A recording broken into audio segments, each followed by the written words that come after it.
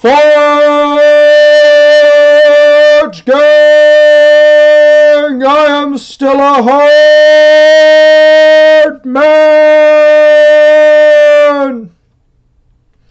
I am your host, Imperator of Forge, also known as ForgeWarHammer, or just Warhammer for short. Greetings to everyone and greeting to you all. Today is going to be interesting because this is more of a myth or a legend than actual history. There is a lot of questioning about this particular period, known simply as the Arthurian Age, the time or the composed age of King Arthur and his round table of knights. Supposedly, this happened around the 6th century. That is, the 500s for you plebs out there. The composed age. But we will talk a bit about Guinevere, Lancelot the Knight, King Arthur, and specifically the impact it had on medieval culture, as I continue my series, Life in Ages.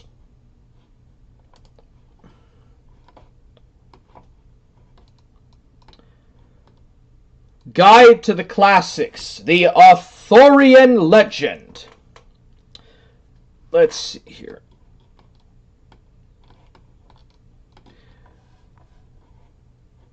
The early trailers for Guy Ritchie's King Arthur.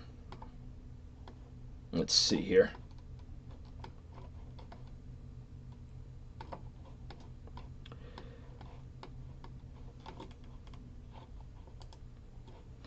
The Legend of King Arthur. One of the most powerful and enduring legends in British culture is the story of King Arthur.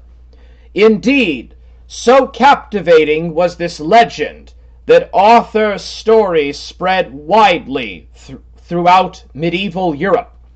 Not only British, but several French and German writers were inspired to recount his tale.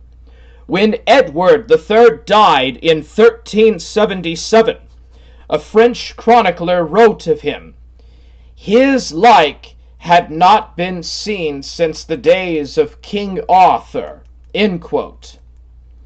Jean Fraser's Chronicle. But who was this mythical King Arthur? Did he even exist at all? And regardless of who he was originally, how did he become such a powerful cultural icon? Savior of the Britons, Arthur, according to the legend, emerged as a champion of the Britons at a time of great strife and turmoil. Out of the chaos of a dark age, he forged a magnificent kingdom, bringing order and peace to Britain. His famous Knights of the Round Table acted as guardians of the realm, establishing a reputation as the very epitome of medieval chivalry.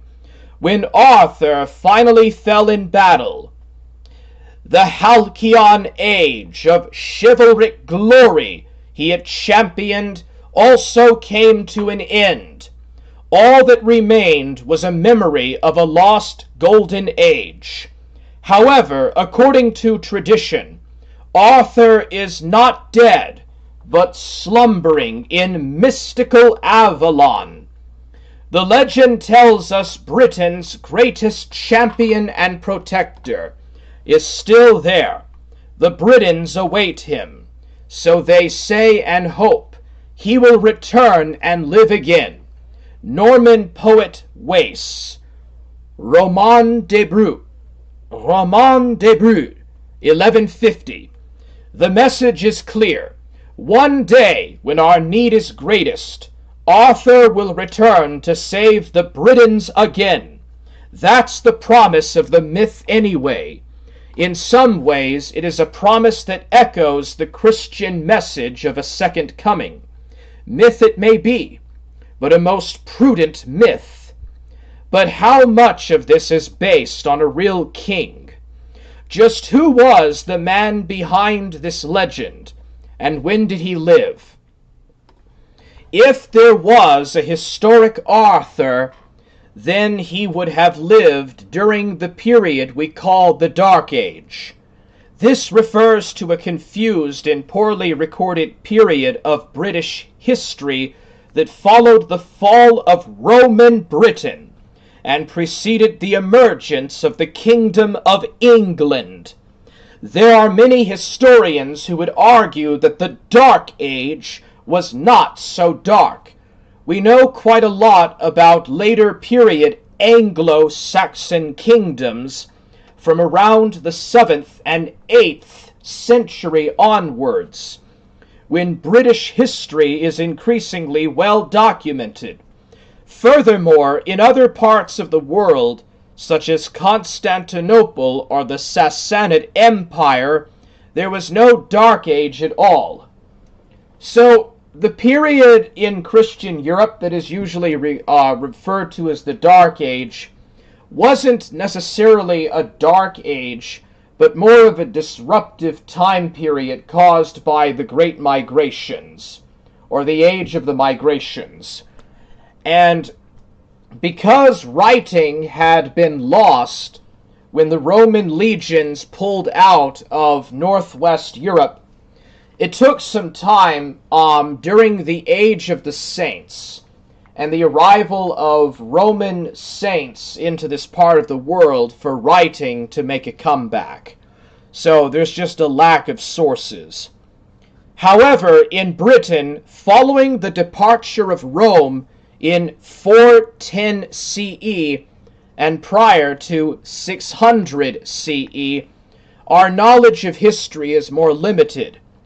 It is during this chaotic and poorly understood period that the historic King Arthur, if there was one, lived. Historic sources.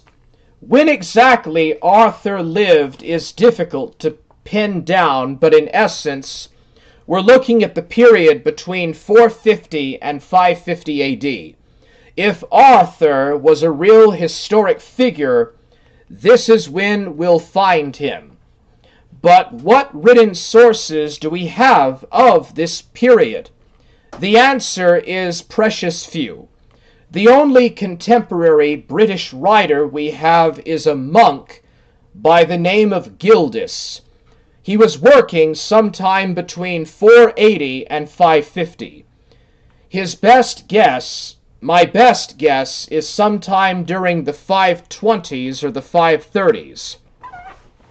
However, Gildas does not mention Arthur at all, even though he would have been Arthur's contemporary. In fact, the earliest mention of Arthur dates to around the 9th century, fully 3 centuries later. Even then, these sources give us only minimal information. Nevertheless, in terms of historic evidence for a real King Arthur, 2 written sources are critical. They are Historia Britannicum, History of the Britons, written by a Welsh monk known as Ninnius in around 830. The Annals Cumbrae, Annals of Wales, The annals we have are a 12th century copy of a 10th century original document that seemed to have been lost. The fire of righteous vengeance. Let's first consider Gildas, a polemical religious writer who preaches to us about how post-Roman Britain was devastated by a fire of righteous vengeance. Gildas may not have mentioned Arthur, but he provides us with a vivid picture of the disintegration of the Romano-British world after 410 AD. Gildas describes a country beset by Scotti and picked Scots. Gildas describes a country beset by Scots and picked raiders from the north and Irish incursions on the west coast.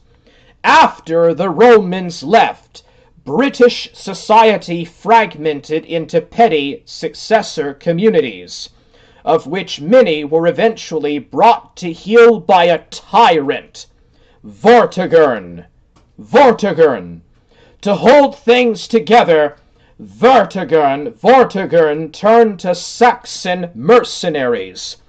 At first it works, but in time, as more Saxons arrive, they increasingly grab land for themselves.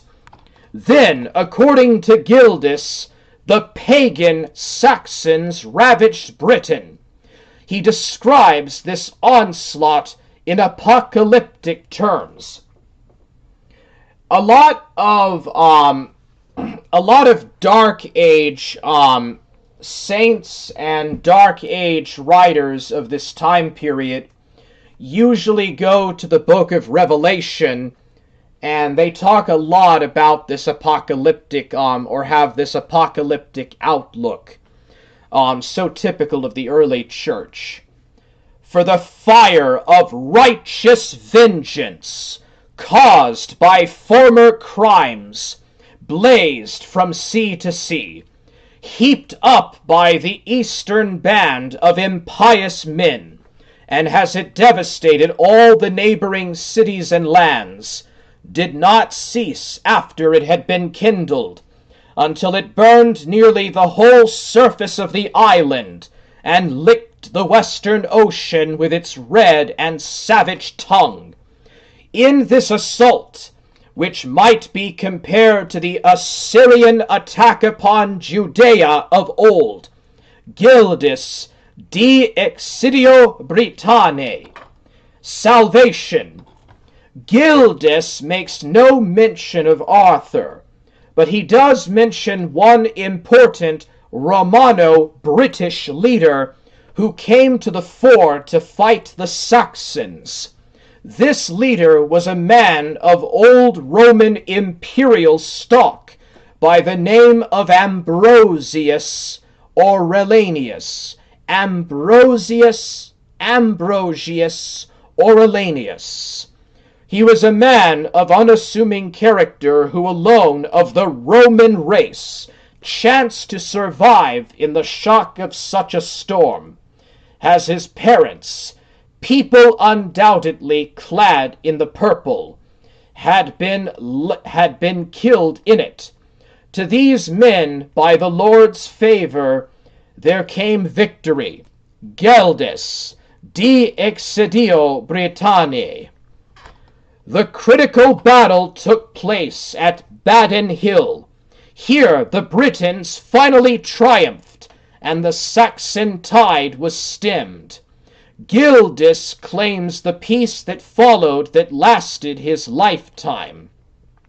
Gildas claims the peace that followed had lasted his lifetime, 43 years in total. The implication being that Badon Hill was probably fought at some time between 480 and 500 AD, a few decades after the Saxons started arriving in Britain in 449 AD. Liddington Castle in Wiltshire, Originally an Iron Age hill fort, it was reoccupied after the Romans left Britain in 410 CE. Some historians believe this is the most likely site for the Battle of Badon Hill. So little do we know of this time that we cannot be certain when exactly this battle was fought or even where. Depending on which historian you choose to believe, Badon Hill could have been somewhere in Wiltshire or Somerset or perhaps even Dorset. Fire and brimstone. However, we must be a little cautious when it comes to Gildas. There is no escaping the fact that Gildas was a fire and brimstone preacher. Part of his purpose in writing his history was to castigate the Britons for their past sins and follies. The Saxon invasion and its bloody consequences were, in Gildas's view, God's righteous punishment for past sins. The history of this period may not have been so bloody and apocalyptic as Gildas would have us believe. Nevertheless, his colorful descriptions provide us with the historical backdrop against which the legend of King Arthur was born. But since Gildas does not mention Arthur at all, how can we tie the legend of Arthur to this period of history? He was victorious in all his campaigns. This is where we need to turn to later writers. In Nennius's account, it is not clear as to whether Arthur is a king, but he certainly makes it plain that Arthur was a great war leader. According to Nennius, Arthur emerged to lead the Britons in the period following the initial wave of Anglo-Saxon invasions. He tells us that after Hengist, one of the earliest Saxon leaders, died, he was succeeded by his son Octha. And he goes on to tell us that Arthur fought against them in those days, together with the kings of the British, but he was their leader in battle. Nennius, Historia Britonum. He goes on to relate that Arthur fought and defeated the Saxon invaders in no fewer than 12 battles. The most glorious of these battles, we are told, was the last. The 12th battle was on Badon Hill, and in it 960 men fell in one day, from a single charge of Arthur's, and no one led them low save he alone, and he was victorious in all his campaigns. Nennius, Historia Britonum. This provides us with the link to Gildas's account, and specifically with the Battle of Badon Hill. The problems with Nennius. Unfortunately, there are several issues and controversies surrounding Nennius's account. The first is that Nennius wrote this in 828 AD. That's over 300 years after the events that he relates. Events which Gildas, writing within living memory of Badon Hill, describes without mentioning Arthur. The second problem is the sheer number of different battles Nennius associates with Arthur. 12 battles are a lot for any one man to have fought in his career. Third issue is locating these battles. Many historians believe that several of these battles refer to places in northwestern England, places unlikely to have seen any fighting between Britons and Saxons in the late 5th century, since the Saxons had not spread so far west by this time. Other battles, such as Badon Hill, almost certainly relate to the southwest. That makes it hard to locate Arthur in a specific area. The final problem relates to such claims as 960 men being slain by Arthur alone. There is clearly a large account of dramatic license involved in such a claim. Indeed, more generally in Nennius's work, we find mythical claims interwoven with actual history. For example, he claims the Britons were descended from Trojan refugees. Now then, can we distinguish historical reality from myth when we read? How then can we distinguish historical reality from myth when we read Nennius? The Annals of Wales. The Annals Cumbrae, the Annals Cumbrae. The earliest copy of the Annals that survive is a 12th century Latin copy of a compilation that was originally completed in the 10th century. Some historians believe that some of the earliest entries date back as far as 775 AD. Others would argue it is unlikely any of the material predates its 10th century creation. It is significant for two entries that mention Arthur. 516, the Battle of Badon, in which Arthur carried the cross of our Lord Jesus Christ on his shoulders for 3 days and 3 nights, and the Britons were victors. 537, the strife of Camlan, in which Arthur and Mudriat fell, and there was death in Britain and Ireland. Annals Cumbrae. The Annals also place Arthur at Badon, but although the dating is imprecise, it appears to locate the battle a little later than Gildas. Gildas tells us Badon occurred 43 years before he was writing. It is also the case that Gildas makes no mention of the Justinian plague in his work.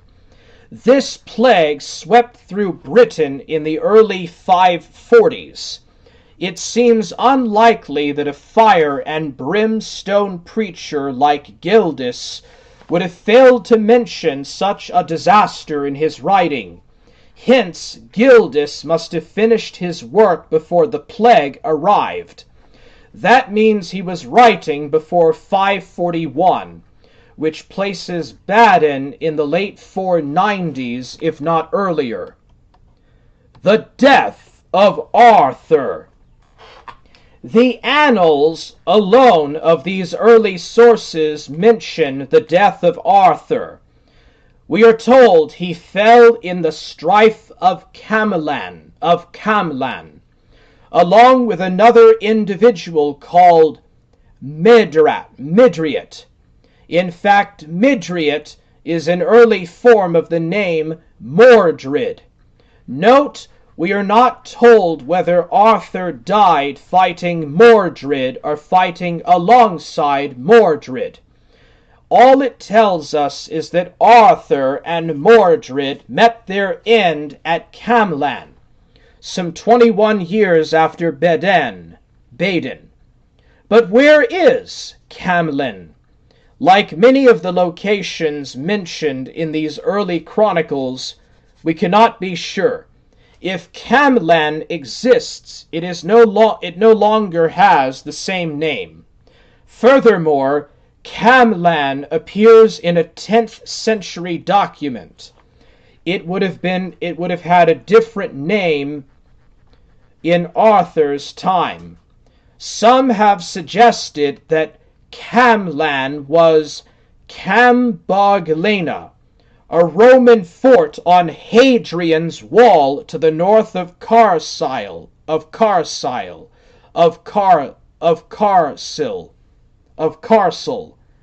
This would place Arthur some considerable distance to the north of his triumph at Baden, but it would tie him more closely to the northwestern place names mentioned by Nennius. Camlan, however, is not mentioned either by Nennius or Gildas. Maybe Gildas was writing before Camlan had been fought. Maybe Nennius did not mention it because it was a tragic defeat rather than a glorious victory. Or perhaps it is no more than an apocryphal letter addition to the story. An historic Arthur. These early sources tell us very little of Arthur. At best, we might discern that he was a heroic Romano-British warlord. He became famous leading the British resistance against Saxon and possibly Pict or Scots incursions during the late 5th/early 6th centuries. But when exactly he lived, where exactly, and what exactly he did is shrouded in uncertainty. It is lost to us in the dim twilight world of early post-Roman Britain. We do not even know from these sources if he was a king. If he was a king whose kingdom struck no coinage. The fact that Gildas does not mention him at all is clearly problematic. Some have suggested some kind of personal feud between Gildas and Arthur led to the monk omitting him from his history. Perhaps. In the final analysis, whether Arthur existed or not cannot be established for certain. However, what is certain is that by the 9th century, stories concerning Arthur were in circulation, and these stories would grow into a legend come the High Middle Ages. Deed of Kings. After the 10th century, Arthur continues to appear in fragmentary references in early Welsh and Breton poetry. These are recorded mostly in later medieval copies. Their true age is therefore difficult to know with any certainty. Some might be as early as 7th century, but by and large they are more recent, dating from the period after Nennius and the Annals. The next significant mention of Arthur is in the Gesta Regnum Anglorum, Deeds of the Kings of the English, written by William of Malmesbury in 1124. William accepts Arthur as an historic figure, claiming he was a warlord in the service of Ambrosius Aurelianus. He repeats the story of Badon Hill that we find in Nennius. William also makes a point of claiming that the deeds of Arthur were historic fact rather than fiction. He does, however, tell us that in his time many stories and fables concerning Arthur were in general circulation. It is of this Arthur that the Britons fondly tell so many fables. William of Malmesbury, Gesta Regnum Anglorum. Up until this point, references to Arthur in chronicles remain fragmentary and brief. No one had seen fit to provide a detailed account of his life up until this time. Nevertheless, based on William of Malmesbury's testimony, it seems that a rich tradition of oral folk tales concerning Arthur was already well established by the 12th century. And of course, how could I not mention Geoffrey of Monmouth? In the 1130s, the story of Arthur entered the next phase of its evolution. Geoffrey of Monmouth provides us with the first detailed account of Arthur in his work, the history of the kings of Britain. Joffrey adds flesh to the bare bones of Arthur's story, presenting Arthur as king of the Britons and introducing us to Guinevere and Merlin. He also writes about Arthur's famous sword, which he calls Caliburnus in this early story, later renamed Excalibur by French writers. Excalibur by French writers. Joffrey compiled his history by drawing on a wide range of earlier sources. These included chronicles, dynastic tables, oral folk traditions, bardic poems, and so on. His stories of Merlin, for instance, are drawn from earlier Welsh folk tales about a mad Welsh bard originally known as Morldin the Wild. However, although Joffrey clearly had a strong knowledge of Welsh stories and sources, he did not appear to speak Welsh himself. He wrote in Latin and was almost certainly a member of the French-speaking Anglo-Norman elite of Monmouthshire. Chrétien de Troyes. Chrétien de Troyes. Chrétien de Troyes. The 12th century AD was a key period in the development of Arthurian lore. Between 1170 and 1190, another writer, Chrétien de Troyes, was also inspired to write Arthur's story. Unlike previous writers, he was neither Welsh nor even British, but a French writer with close ties to the French court. I guess it would be kind of important to point out that nationalism was not a thing. English and French nationalism did not really begin to appear until the 100 Years' War.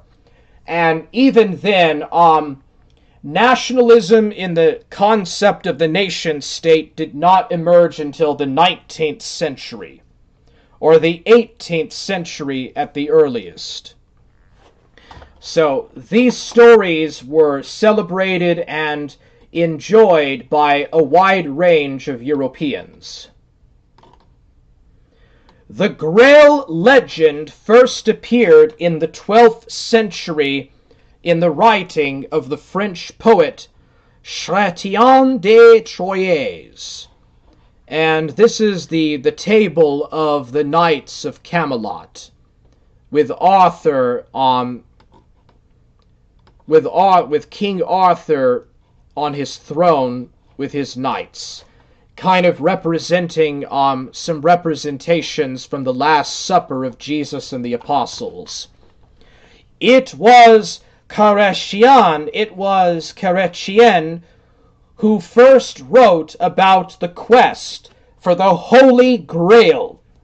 He also gave us the story of the illicit romance between Lancelot and Guinevere. He introduces us to Arthur's sinister sister, Morgana le Fay, and is the first to tell us of Camelot. His stories are clearly inspired by 12th century concepts of chivalry. He draws on earlier stories and traditions. For example, he is the first writer to weave the character of Parzival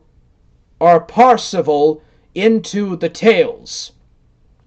For example, he is the first writer to weave the character of Parzival into the tales. Chrétien derives his Parzival not from any British folklore, but from the story of Saint Galgano, an Italian saint. Saint Galgano, an Italian saint. Chivalric tales. Chrétien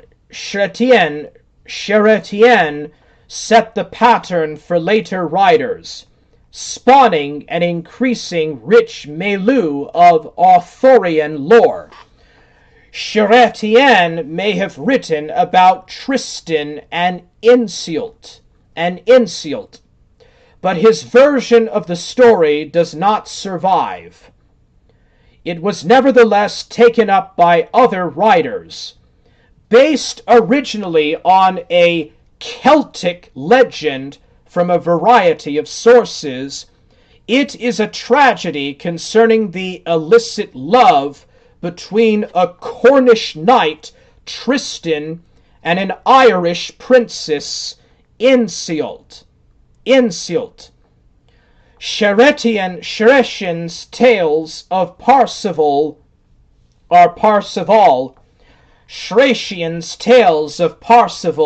served his inspiration for later writers. In the 13th century, the German poet Wolfram von Eichenbach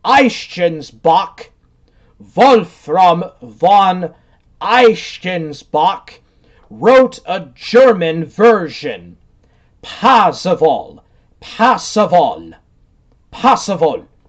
In the 14th century, it inspired a Welsh romance, Paredor, son of Eaphrag.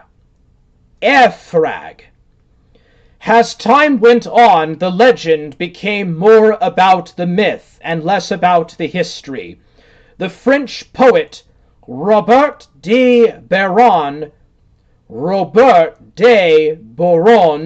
introduced the story of the sword in the stone in the early 14th century. Later that century, Jacques de Longuyon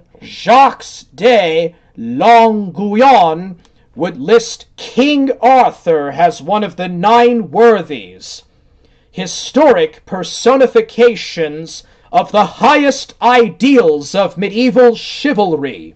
This elevated Arthur to membership of an illustrious group, alongside Julius Caesar and the biblical King David.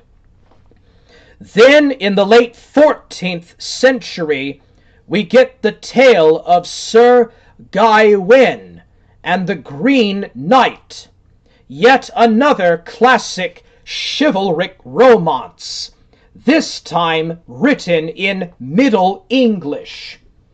So, by the late 14th century, Middle English was starting to gain ground, and increasingly English started to separate itself away from French. Some people say that if you look in the 13th century, Middle French and Middle English are almost impossible to tell the difference, besides a few Germanic pseudiums, or kind of Saxon and Old Norse pseudiums that got into English.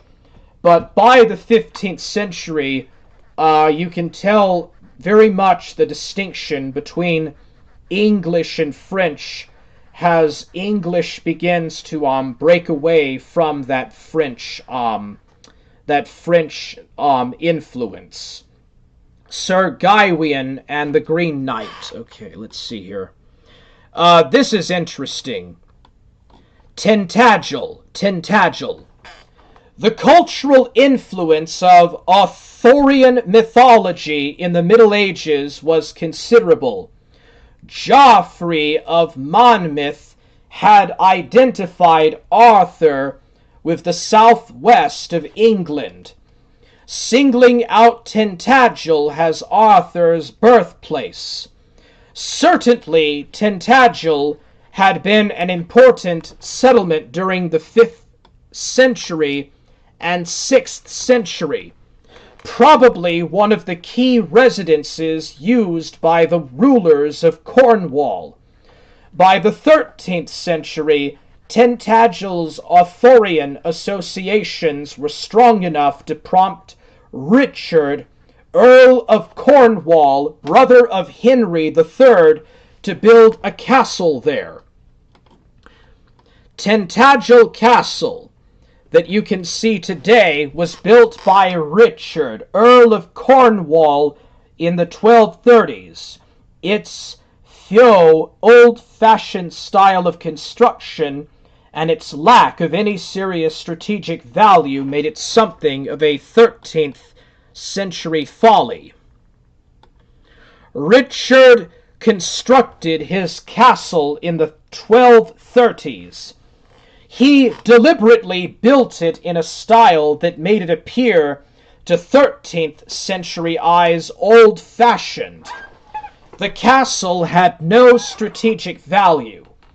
The immensely wealthy Richard built it purely for display. As the castle remains a major tourist attraction today, it continues to serve the purpose for which Richard built it. La morte et l'Arthur. La morte du Arthur. Arthurian mythology eventually reached its zenith with Sir Thomas Malory's La morte du Arthur, written around 1470. It would be published as an early printed work by William Caxton in 1485. It was so popular that it would be reprinted in 1498, again in 1529, and on many occasions thereafter. Malory made no effort to place Arthur in a distant historic context. Instead, he unashamedly writes about King Arthur as a high or even late medieval king. He serves us as an idealized version of high medieval culture, knights, chivalry, and jousting. In many ways, it is a complete fantasy, far removed from the gritty reality of the Wars of the Roses that were raging around Malory at the time he was living and writing. Indeed, Malory himself lived a quiet life, far from the chivalric ideals of which he wrote. Malory, in his writing, describes himself as a knight prisoner, and according to some historians, may well have been a most disreputable criminal. But by the time Malory was writing, the legend and what it meant in Western European culture was far more important than the actual history. These stories were held in very high regard, like leaders, knights, and squires literally treated these stories in the same inspiration and in the same dignity as the lives of the saints and scriptures or the Bible. Malory's version of the story was, in many ways, the definitive version, one that shapes our modern view of Arthur. With only 3 matters should man concern himself. Arthurian legend developed considerable significance in Britain and beyond. In Western Europe, 3 great story cycles were especially treasured during the Middle Ages. These were collectively referred to as the 3 matters. The matter of Rome concerns the classical world.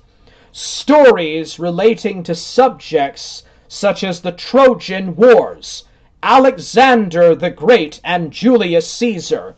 The matter of France focuses on the history of France, especially stories relating to Charlemagne and his companions. while the matter of Britain focuses primarily on Arthurian lore. The cultural significance of the three matters is best explained by a 12th century French poet, Jean Baudel. Jean Baudel. Jean Baudel. With only three matters should man concern himself, of France, and of Britain, and of Rome the Great. Jean Baudel, Chanson de Gist, Chanson de Gist. The tales of men like Malory and de Troyes took fragments of history and built an entire cultural phenomenon around them. They added old folk tales, some of which had not originally been part of Arthurian lore at all. They even fashioned their own stories, sometimes inspired by earlier tales or the deeds of saints. The result we see in the works of Malory bears limited resemblance of any historic truth. However, the stories such men created tell us far more about the world of the High and Late Middle Ages than Dark Age Britain. Arthurian lore and the medieval mind. A key theme running through many of these stories is the chivalric romance. These stories revolve around the adventures of a chivalrous knight, often tasked with a quest that must be accomplished to win the favor of a fair lady. Such tales feature strong religious themes and frequently contain other supernatural or magical elements. The boundaries between the mundane world and the supernatural are often blurred. Magical beings such as the Green Knight or the Lady of the Lake commonly feature. Perhaps they are agents of God, or perhaps manifestations of some mysterious ancient fairy power. In a world where people commonly believed in miracles, visions, and the potency of relics, these stories surely held a unique poignancy. Running throughout these tales is a strong medieval Christian sentiment. The heroes in these stories undertake trials in which their devotion and piety is often tested. Quests that involve sacred relics such as the Holy Grail, piety, honor, and chivalry is rewarded. However, transgression leads to tragedy and downfall. They hold up a medieval ethical ideal of the chivalrous knight, a man skilled and valorous in battle, pure of heart, honorable in word and deed, chivalrous and gracious in his romantic life. It is an ideal that few could possibly have lived up to, even in the stories themselves. The enduring power of Arthur's story. After the Middle Ages, the popularity of Arthurian stories waned. The old medieval world, with its knights, jousts, saints, and relics, was disappearing. Such stories did not command the same relevance in the early modern world of gunpowder, Renaissance science, and Reformation. Of course, Arthurian stories have endured across the centuries. They have even had their share of revivals, such as during the 19th century with such works as Tennyson's Idylls of the King, 1859, and the paintings of several Victorian artists such as the pre-Raphaelites.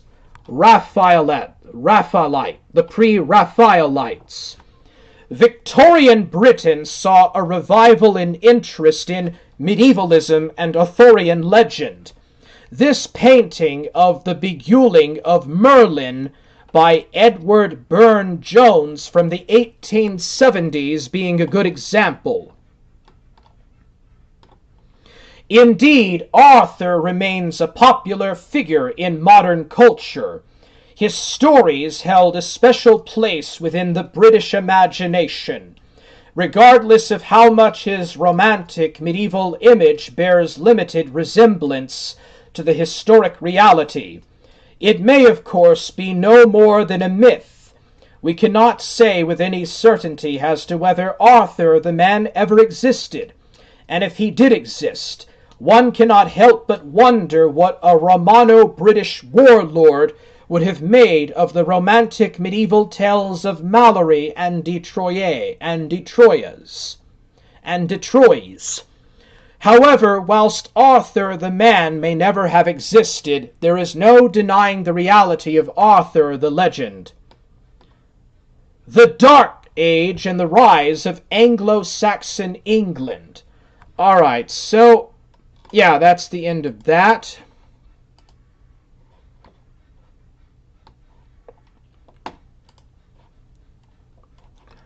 What is the Arthurian Age? So there I was, starting another blog post when I realized I haven't explained exactly what makes the Arthurian Age series different from other stories based on Arthurian legend. Well, it's time to rectify that so that some of my articles may have better context. And because there's some interesting background of the project, I'll also give some news for future plans. Some years ago, my lovely bride watched John Boorman's Excalibur with me. Then she made the mistake of asking me if there was any historic reality behind the story. She quickly regretted it. I talked about how it's the best of the Arthurian movies, not including the great, though silly, Monty Python version, but it's based on the later French romances that were themselves based on much older Welsh and Briton legends. And the original stories are far more interesting. Instead of shining plate armor and stone castles, Arthur's world would have had chainmail and wooden forts. Instead of a search for a magical cup and a deadly spat with an angry teenager, there was a clash of cultures and years of struggle to maintain Romano-British Celtic culture in the face of Germanic expansion. Yet there is certainly some history behind the legends, though how much and what is in vociferous dispute. I have always been disappointed by the Arthurian portrayals in books and movies that claim to have a historical basis. Some, like one based on theories tying Arthur to a minor Roman military officer who lived 3 centuries earlier than Arthur, even botch basic historical things they try to portray. More importantly, no one had made a movie or novel based on the one theory that I found most intriguing and most connecting to both known history and ancient legend. As I've talked about before, that is the theory linking King Arthur to the historical person the Romans called Riothymos, a Latinized Brittonic name or title meaning highest king. I go into more details about that on this post and in others, so I won't get into the details again here, but in short, Geoffrey Ashe's research is the best theory I found on the historical Arthur. I wanted a movie or novel on that Arthur, because that Arthur actually fit into the events and culture of the time. because that Arthur did something rather amazing and birthed a legend that intrigues and inspires people to this day. I understood the overall concept, but I wanted to see it in action. How were obstacles overcome? How did political forces drive the historical events? And did they fit into the legends? Where is that novel? My bride probably had no idea that she unleashed when she said, "Why don't you write it?" I chuckled and went to brush my teeth for bed. I dabbled in a little writing, but my only attempt at a novel, something based on my time in Germany, had been abandoned years before. But her words tickled the back of my mind. The next morning that tickle was stronger. While sitting at work, I excitedly called her and said I was going to do it.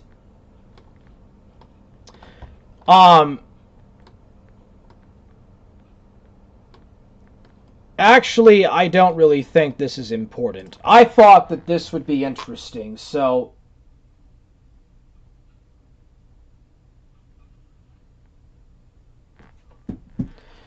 Yeah, I don't think that, is really going to say much about the Arthurian Age. The Legends of King Arthur.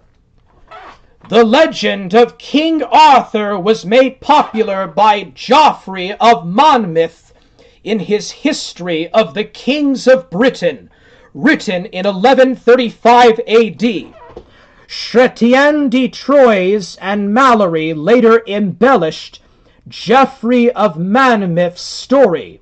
These authors drew upon earlier histories, including History of the Britons by Nennius, the Annals Cambriae, and the Complaining Book of Gildus, a Welsh monk from the 6th century, as well as local histories, poetry, Celtic mythology, and traditions.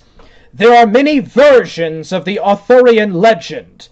The following is a brief overview of some of the common elements of the legend. The bolded words that are discussed below and go with the slides. The Romans pulled their troops out of Britain in 410 AD. With the loss of the Roman authority, local chieftains and kings competed for land. In 449 AD, King Vortigern invited the Angles and Saxons to settle in Kent to help him to fight the Picts and the Scots. But the Angles and Saxons betrayed Vortigern at a peace council where they drew their knives and killed 460 British chiefs. The massacre was called the Night of the Long Knives, and according to Geoffrey of Monmouth, occurred at a monastery on the Salisbury Plain. Ambrosius Arlanius became king and consulted the wizard Merlin to help him select an appropriate monument to raise to the dead chieftains. Merlin suggested that the king's ring from Mount Calaris in Ireland be dismantled and brought to England. The king's brother and Arthur's father, Uther Pendragon, leads an expedition of soldiers to bring the stones from Ireland to England. Merlin magically reconstructs the stones as Stonehenge on the Salisbury Plain around the burials of the dead British chieftains in a monastery cemetery. Stonehenge. Caerleon, Roman amphitheater, which could be interpreted as the Round Table. Later, Arthur Pendragon becomes King of England, and at an Easter feast falls in love with Agrian, the wife of the Duke of Cornwall. Uther Pendragon makes a pact with Merlin. If Merlin assists him in winning Agrian, Uther will give the wizard their firstborn child. That child was Arthur. Arthur is said to have been born in Tintagel Castle in Arthur is said to have been born at Tintagel Castle in Cornwall, and was taken by Merlin to be raised by Sir Ector. Shortly thereafter, civil war broke out in England, and Uther Pendragon was killed. When Arthur was a young boy, he drew a sword called Caliburn from a stone. One version of the legend states that the sword was made at Avalon from a sarsen stone from Avebury or Stonehenge. Whoever drew the sword from the stone was the true King of England. Arthur was coronated in the ruins of the Roman fort of Caerleon in Wales. In another version, King Ambrosius Aurelianus led a battle against the Saxons at Badon Hill. Aurelianus is killed, and his nephew Arthur takes control of the soldiers and wins the battle. Compare this story. You can actually compare this story with the slaying of Goliath by David. There's actually a lot of parallels between Arthur and David of Israel. There's a lot of parallels and commonalities between the reign of King David in Israel and his fight against the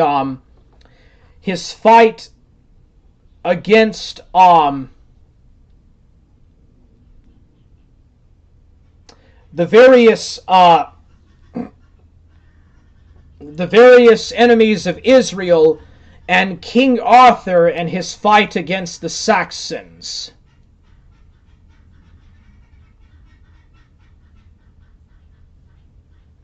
Later, Arthur lost Caliburn in a fight with Sir Pellinore.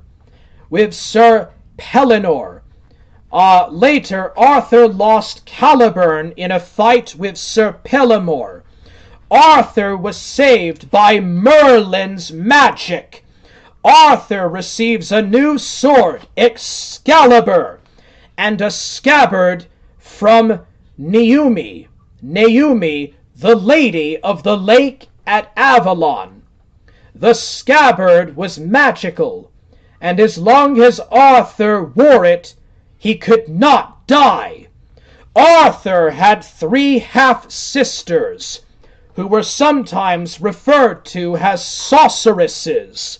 Arthur falls in love with Mordred, not knowing that she is his half-sister. They have a son, Mordred.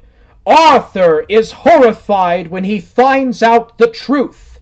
He orders all baby boys born at the same time as his son to be brought to Caerleon. The babies were put onto an unattended ship and set out to sea. The ship crashes on the rocks, but Mordred is found by a man walking on the shore, and who takes the baby home and saving his life. Arthur again falls in love and marries Guinevere, daughter of King Leodegrance of Camelard. Guinevere's dowry included a round table and many knights. Arthur establishes his court at Camelot. The round table is a symbol of equality amongst his knights, for no knight was seated in a position superior to another. A rule at the table was that no one could eat until they told a story of daring. At Camelot, the knights practiced chivalry and feats of heroism. They also organized a quest for the Holy Grail, the chalice from Christ's Last Supper, and held the blood of Christ. Unfortunately, Guinevere betrays Arthur with his knight, Sir Lancelot. Arthur's son, Mordred, discovers Guinevere and Lancelot and brings the news to his father. Arthur must condemn Guinevere to death, but at the last minute, Sir Lancelot saves her. Arthur chases them to France, and in the interim, Mordred claims Arthur's throne. Arthur and Mordred eventually meet in the Battle of Camlan that takes place circa 537 AD. When the battle ends, only Mordred, Arthur, and Sir Bedivere remain. They fought until Mordred died and Arthur was fatally wounded. Arthur asks Sir Bedivere to throw his sword, Excalibur, into a lake. Arthur is taken to Avalon, an island in a lake inhabited by sorceresses, where he dies. But is the legend true? It is hard to unravel the legend because Arthur is credited with more heroic acts and battles than is humanly possible. The legend of Arthur probably is a composite of several people who lived in the first half of the 5th century AD. This is a period following the Roman occupation when Britons were left to hold off the Saxon invasions on their own. This is the period called the Dark Ages because there is little known about this time. If Arthur is a real individual, then he is not a titled king but a nobleman of mixed Roman Briton heritage who rose to prominence as a skilled war leader. He is never referred to as a king or a chieftain in early histories. Some historians argue that he was knowledgeable of Roman warfare. Some historians argue that he was knowledgeable of Roman warfare and used cavalry rather than infantry to fend off the Saxons. He may have united the tribes briefly during the 5th century AD. Most of Arthur's activities are concentrated in the Celtic strongholds of Britain, Wessex, Cornwall, and Wales. Merlin is also the legendary and was probably a Welsh bard or magician. In the legend of Merlin, the wizard is eventually seduced by the lady in the lake, who seals him into a cave where he is said to lie sleeping. The location of the cave is uncertain, but several locations are suggested for Wales and Cornwall. Unfortunately, the historic records do not place Arthur and Merlin in the same time period. Images associated with the text are bolded.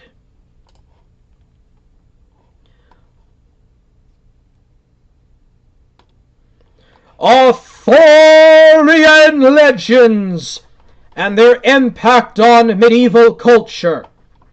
When we think of the Arthurian legends, we think of Monmouth, Malory, and Chrétien de Troyes. But King Arthur was a far more ubiquitous legend of the Middle Ages.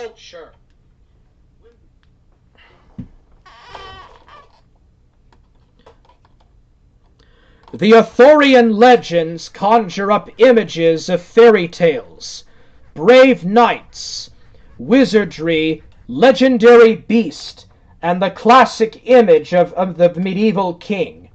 As a result, our first thought is about the many novels and stories which are the basis of the legends we know. In reality, literature is just one of the many ways in which Arthurian lore become popular. In the following article, we will take a look at other forms through which Arthurian legends have manifested their popularity. Literature and the Arthurian legends.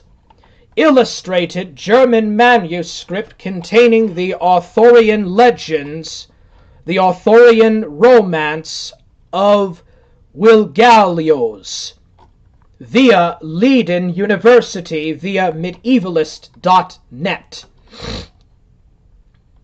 Literature is the main form of expression of Arthurian lore. The first mentions of Arthur appear in early poems, such as the Y. Gododin, and early chronicles. After he appeared mostly in fiction, stepping from history into myth. Due to this evolution, we can speak of two versions of the legendary king. The first one is a warrior king of the post-Roman period, in the early 5th century AD.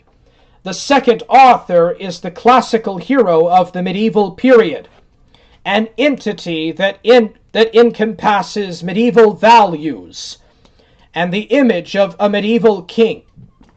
The first appearance of the Celtic warlord Arthur, a Dux Bellorum, is in the Historia Brittonum, written in the 9th century by Nennius.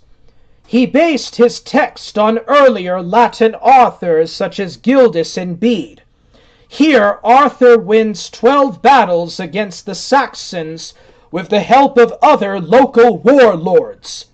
Gildas, while not mentioning Arthur directly, describes the Battle of Badon, fought by the Britons against the Saxons, comparable to Waterloo or Trafalgar. The Battle of Badon is significant because it paused the Saxon invasion for almost a generation. Other texts link Arthur to this battle, such as the Welsh Annals. The entry for the year 516 mentions Arthur's involvement. King Arthur, from the Nine Heroes Tapestry, 1400 via medievalist.net. The transition from duke, to rex, king, was made by Geoffrey of Monmouth in his book about the history of English kings, the Historia Regnum Britanniae. Here we can find the first pieces of classical Arthurian lore. The book is an account of early British kings, starting with Brutus, who brings the Roman way of life to Britannia. From here, the text chronicles every dukes up to King Uther Pendragon. With the help of the wizard Merlin, he takes the shape of King Gorlois of Cornwall, and spends a night with Yagurna, the duke's wife. The result of this affair was Arthur. Following the steps of Geoffrey of Monmouth, other medieval authors took the legend and added more elements, some of which are now core parts of the Arthurian lore. Robert Wace, the author of Roman Le Brut, added the idea of the Round Table, the notion of equality among its knights, and a description of Arthur's court that has appeared in every incarnation since then. The French author Chrétien de Troyes created Lancelot and introduced Camelot and the first Grail stories. Finally, Thomas Malory wrote the most recognizable version of the legend we know, by combining both old and contemporary elements into one narrative. Arthurian reenactments. Jousting Knights, circa 1499, via medievalist.com.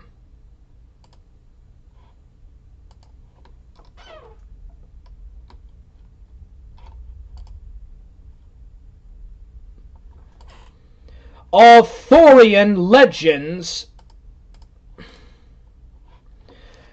came one step closer to reality through 5 festivities held throughout Europe. In the 14th century, Arthurian festivities took place in cities along the Rhine Valley, from the Netherlands to northern France. In Cologne, Liège, Tournai, Bruges, Lille,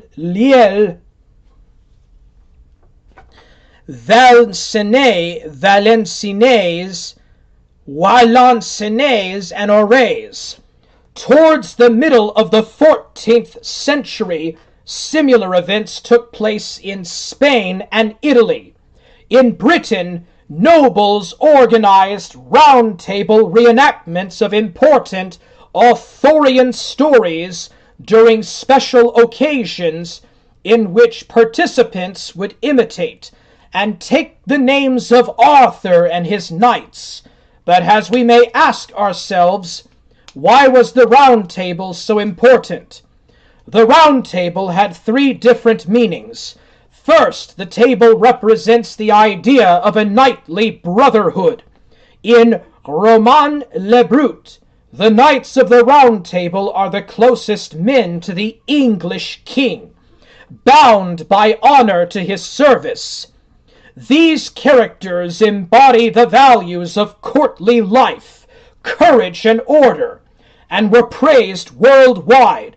Starting with Wace, other authors based the relationship between Arthur and his knights on the principle of equality. The Knights of the Round Table by Edouard de Asquiquier.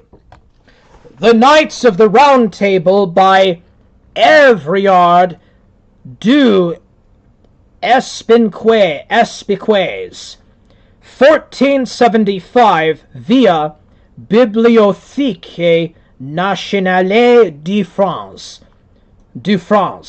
via Wikipedia Commons.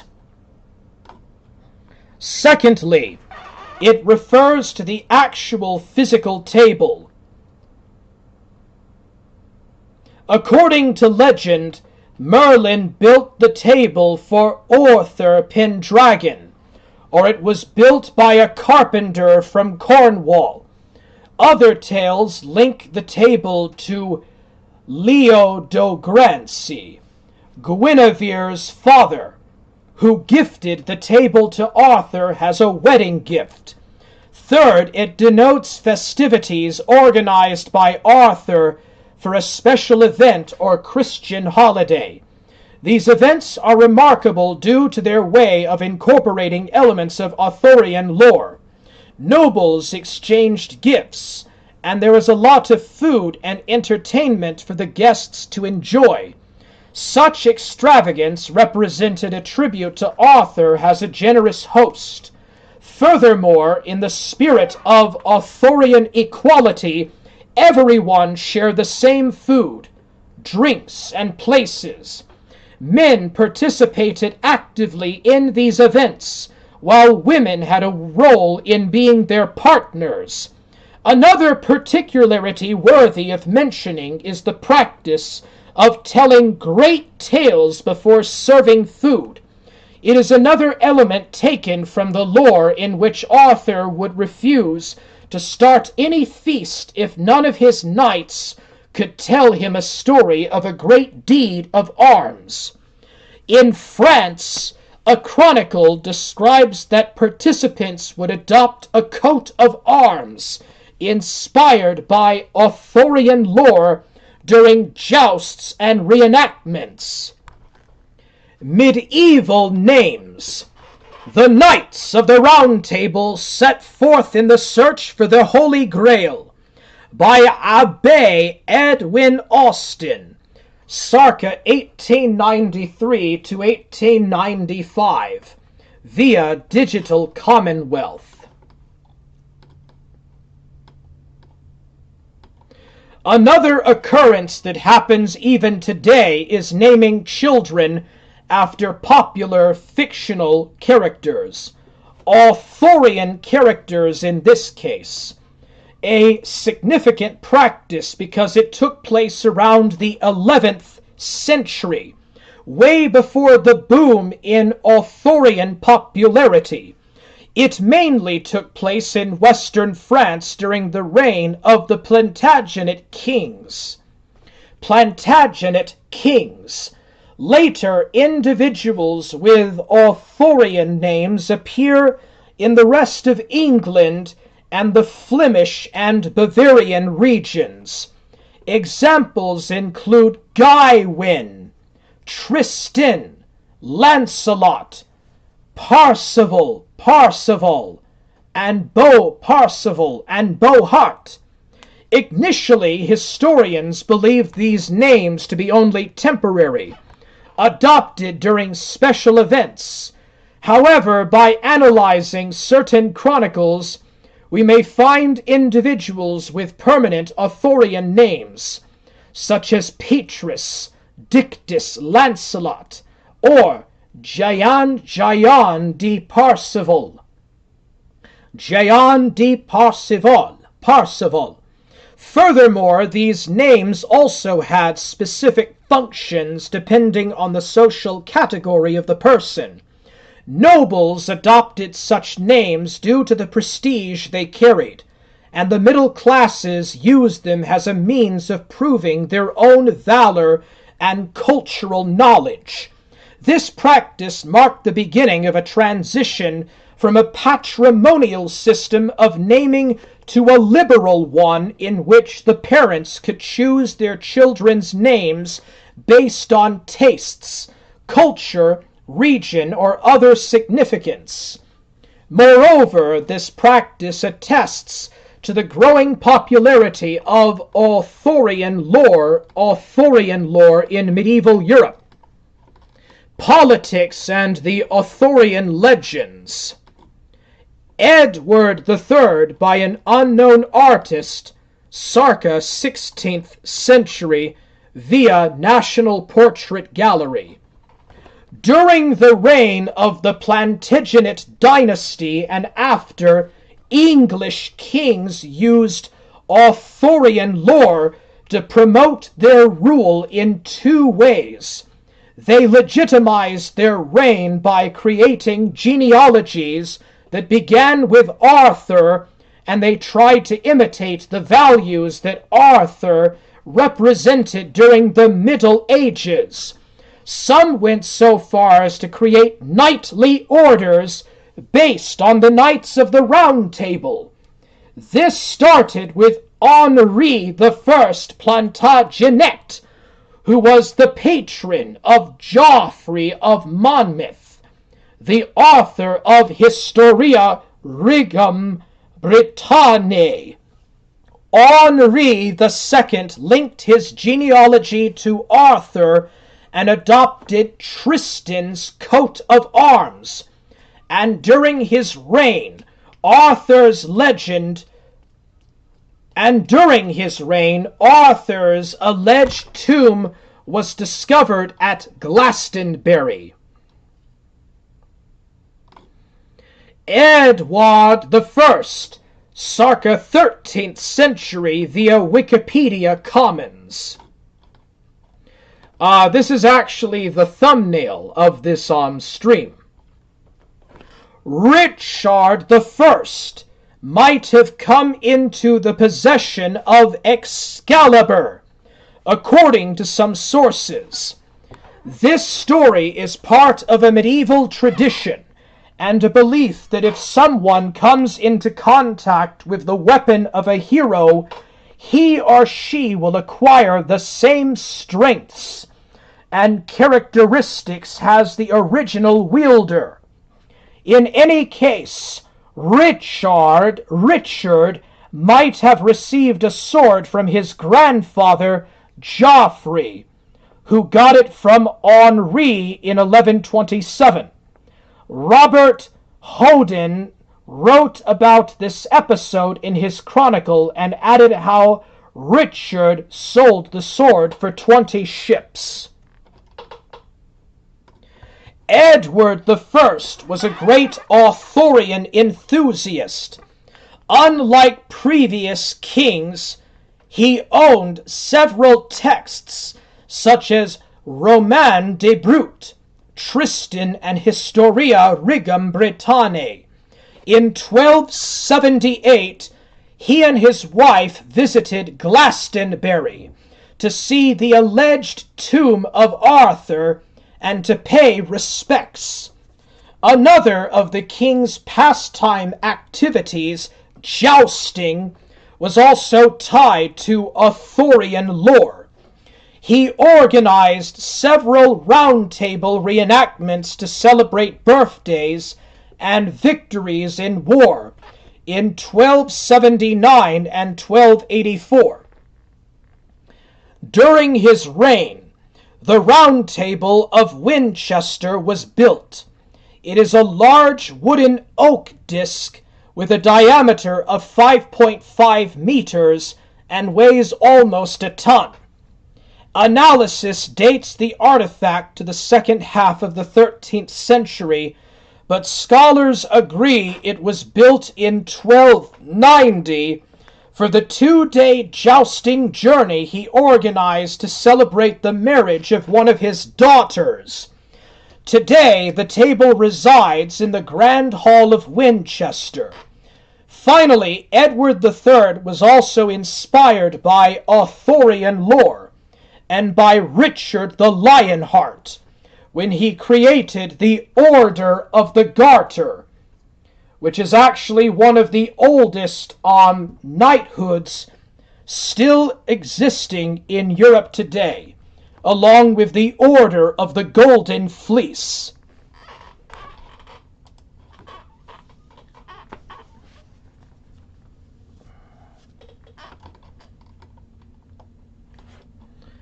Alrighty then.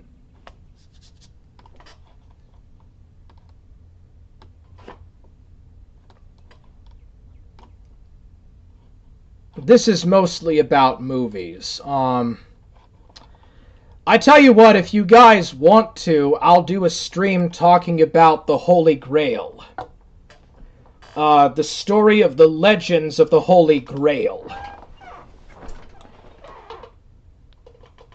This is mostly about... Anyways, I don't want to talk about Hollywood's... because Hollywood ruins everything that it touches. All of the great stories and the great myths of history have been taken by Hollywood and have been turned to absolute rubbish. Absolute garbage.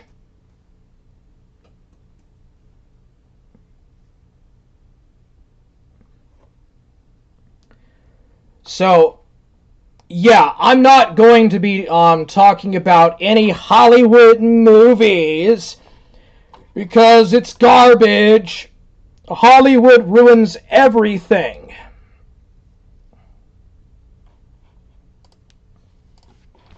Alright then,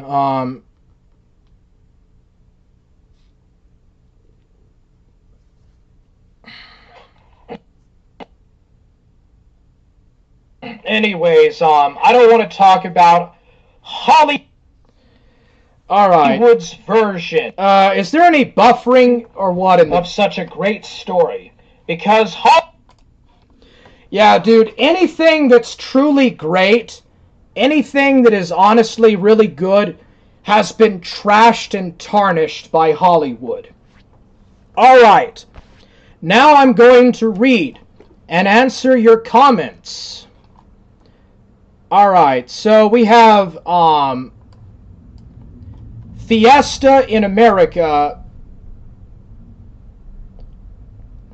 Computer activate Forge Gang in all alternate timeline realities. Interdimensional Lizard says, Forge Gang! Fiesta in America says, I think Gaza didn't hear. All raccoons hereby demoted to pitiful plebs. Rick Perry says, Hard men assemble!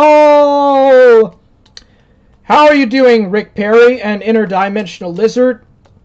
How are you doing, Sebastian Moran? Sebastian Moran says, There he is, the Warhammer of the Ages! Yes, it is me, ForgeWarHammer. So Sebastian says, Alan Wilson and Baram Blackett always believed that there was two, I think, authors coming from Wales. Actually, Sebastian, I was considering about including Alan Wilson's stuff about the two different historical authors, but I don't really have the time to delve into all of that. But just in retrospect, Alan Wilson is a Welsh historian who believes in some stuff about British Israelism and the Celts and the Saxons and the Vikings and the Normans actually coming from ancient Israel. I think he also believes the Romans were Assyrians or something. And so he believes that there were two historical authors, one that lived in the late 400s and another that lived in the mid 500s AD. And that he found some kind of anonymous script or manuscript, or claims that the monk Ninius was actually talking about one author, and then Geoffrey of Monmouth was talking about still another author. So, anyways, Sebastian Moran says that a huge amount of research on the subject from Alan Wilson and Baron Blackett. What's up, Juice? How are you doing? Juice says, yeah, based. Sebastian Moran says, yes and yes twice. Alright, so this has been Life in the Arthurian Age, where I go over and talk about the amazing facts and interests of this legendary, fabled time period, of which we know almost absolutely very little about, just very scant and unconnected